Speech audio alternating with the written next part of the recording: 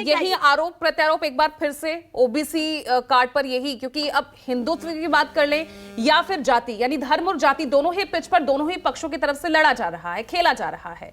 लेकिन क्या जनता को इससे कुछ मिलेगा या इसका कुछ असर आपको कहां झुकता हुआ ये ओबीसी वर्ग दिख रहा है? देखिए 90 के दशक तक जब तक कांग्रेस सबसे बड़ी पार्टी थी तो लगभग उसके अंदर जो बड़े नेता थे उन्होंने टूट करके अपनी अपनी पार्टियां बनाई और कई लोग आंदोलन से निकल करके अपनी अपनी पार्टियां बनाई, ओबीसी के नाम पे, पिछड़ी जातियों के नाम पे, जनजाति के नाम पर और SC ST के नाम पर तमाम तरीके की पार्टियां बनी।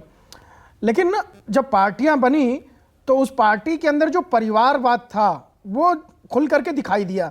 जब पार्टी सत्ता में आई तो एक ही परिवार के लोग वहां पर बैठ गए। भागीदारी जो देनी थी ओबीसी के लोगों को, पिछड़े लोगों को, शोषित को, वंचित को, वो दे नहीं पाए।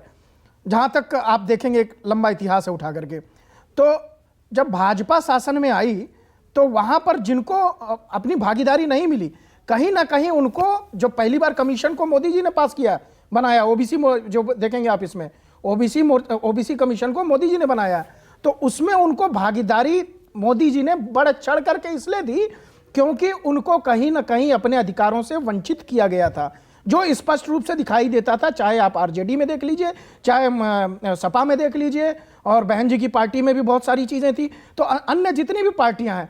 तो जब वहां पर एक बड़ा ओबीसी समाज था, उसको यह दिखा कि ये पार्टी तो बनी हमारे नाम पर, और हमारे नाम पर हमारे मुख्यमंत्री भी उत्तर प्रदेश में भी थे, बिहार में भी बने, लेकिन उसका लाभ उन लोगों को नहीं मिला।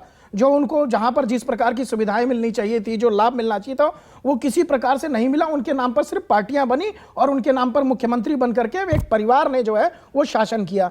मोदी जी के आने के बाद सबसे बड़ी जो ओबीसी है, ओबीसी उसको विकास की धारा से जोड़ने का कार्य किया गया। लेकिन जब आज विपक्ष भी लामबंद हो गया है जातिगत जनगणना को लेकर, ओबीसी आरक्षण को लेकर, महिला आरक्षण में भी वो ओबीसी आरक्षण की बात करता नजर आ रहा है, तो क्या अब ये ओबीसी जो वोट बैंक है ये विपक्ष की तरफ खिसकता नजर आ रहा है क्या?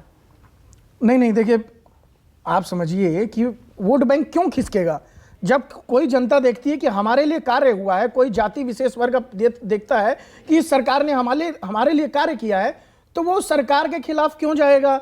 भाई उसके लिए तो कार्य किया गया है ना। अभी हमारी बहन जैसे विधायिका, कार्यपालिका, तीनों चीज, न्यायपालिका, कल को मीडिया में भी देखिए एक प्रश्न और है बहुत बड़ा। राहुल गांधी जी जिस तरह से संवैधानिक पदों पर बैठे लोगों पर टिप्पणी कर रहे हैं, उनकी मंशा ओबीसी को आगे बढ़ाने की नहीं दिखती है। उनकी मंशा दिखती है भारत में जितनी संस्थाएं हैं, संवैधानिक संस्थाएं, उसमें फूट डालने की। आप इस पे विचार करिए, क्योंकि ये तो कहीं से नहीं दिख रहा। आप 90 सेक्रेटरी की गिनती कर रहे हैं, 90 सेक्रेटरी में आप ओबीसी गिन करके ला रहे हैं। आपके समय जब आप इतनी लंबी 70 साल शासन में रहे, या आपके जो सहयोगी हैं राज्यों में रहे, आप वहां का भी आंकड़ा दे दीजिए ना। आप उत्तर प्रदेश का आंकड़ा दे दीजिए, कितने लोग हैं वहां पर जब अखिलेश यादव जी मुख्यमंत्री रहे। जब आरजेडी रही तो क्या वहां पर एक अच्छा मौका आया था? हालांकि राबड़ी देवी जी मैं समर्थन करता हूं, महिला है, पिछड़ी है, दलित है, मुख्यमंत्री बनाया, लेकिन उसके बाद अगर तेजस्वी यादव को आज उनको उप मुख्यमंत्री बनाते हैं, क्या उसकी जगह उनकी पार्टी के अंदर कोई ऐसा महिला बड़ा चेहरा नहीं था, पिछड़ा, दलित, शोषित या ओबीसी वर्ग का, जिसको बना करके जवाब दूंगी, लेकिन